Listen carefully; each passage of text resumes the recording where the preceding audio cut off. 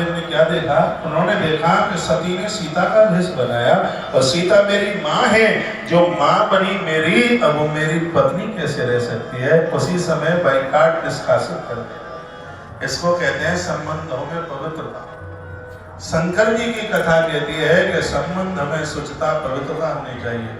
जिसको माँ कह दिया वो माँ, जिसको बेटी कह दिया वो बेटी, जिसको भाई कह दिया वो भाई। लेकिन दुर्भाग्य है आज इस देश में संबंधों की चद्दर ओढ़ के बड़े बड़े कुकर्म हो गए। मैंने इतनी बार कहा है कि जितनी भी मित्रता हो, मित्र के घर जाते हो, घर में उसकी पत्नी है, मित्र नहीं है, उसके देहरी के अंदर पाँव नहीं रखिएगा। यही हमारा धर्म कहता है। आप अपनी सहेली के इधर देखियो, आप अपनी सहेली के घर जाते हैं, यदि घर में सहेली नहीं है, लाइट वाले घर में सहेली नहीं है, उसका पति है, तो उस घर में प्रवेश नहीं कीजिए। हर प्रकार से संबंधों को बचाना है। आज संबंध तेरे मेरे रो रहे, मेरी तरफ देखो ना, उधर क्या देख रहे हैं, इधर देखो, इसे देखो।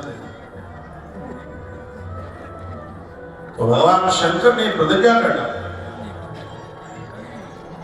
सती ने सीता का, मेरी माँ का भेष धारण किया है और अब मेरे वामांग में इसके लिए बिल्कुल जगह नहीं है। आकाशवाणी हो गई और आकाशवाणी ने कहा, महादेव ऐसी प्रतिज्ञा तुमने की है, तुमसे पहले ऐसी प्रतिज्ञा कोई नहीं करती।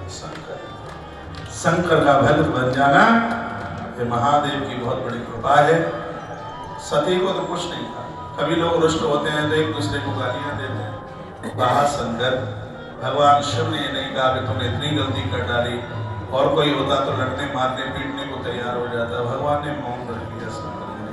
घर में पति पत्नी में, बाप बेटे में कोई विवाद हो जाए तो मूक रहना, मौन रहना ही उस समस्या का समाधान। ज्यादा बोलोगे उल्टा पुल्टा बातें निकलेगी। बाण का घाव भर सकता है लेकिन वाणी का घाव कभी नहीं भर सकता। इसलिए ध्यान रखें इस बात के लिए।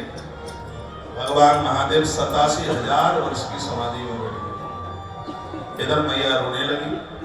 ग्रंथ कहता है कि दुनिया की सब चीजें मिल जाए आपको, वैभव मिल जाए इंद्र का, यदि पति नहीं है तो सगरे वैभव आग के अंगारे की तरह। पिता के घर में ऐसा कोई सुख नहीं है जो नारी को पति के बिना संतुष्ट कर दे। ससुर के घर में ऐसा कोई सुख नहीं है जो पति के बिना उसको संतुष्ट कर दे। ऐसा तो माता जानकी ने भी। शंकर जी बात करते नहीं, वो समाधि लगा करके बैठ गए। अब तो मैया इतनी परेशान हो गई, कहीं न जाए कछ हृदय दिलानी। हृदय में बहुत कष्ट था, वह तो अब भगवान को ही प्रार्थना करने लगी। जो प्रभु दीन दयाल कहावत, आर्त हरण वेद जस गावत। मैं कहता हूँ यदि कोई अपराध हुआ है तो रामायण की चौपाई जरूर बोलिए, जो कि दोहा नंबर 59 के ऊपर टिक मार का लगाओ इसके ऊपर। कोई अपराध हो जाए, जान में हो गया, अनजान में हो गया, वो तो ही गया है। भगवान को प्रार्थना कीजिए, जो प्रभु दीन दयाल कहावत। आप दीन दयालु है।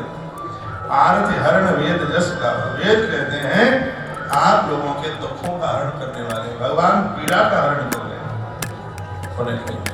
नीचे की चौपाई नहीं बोलिएगा।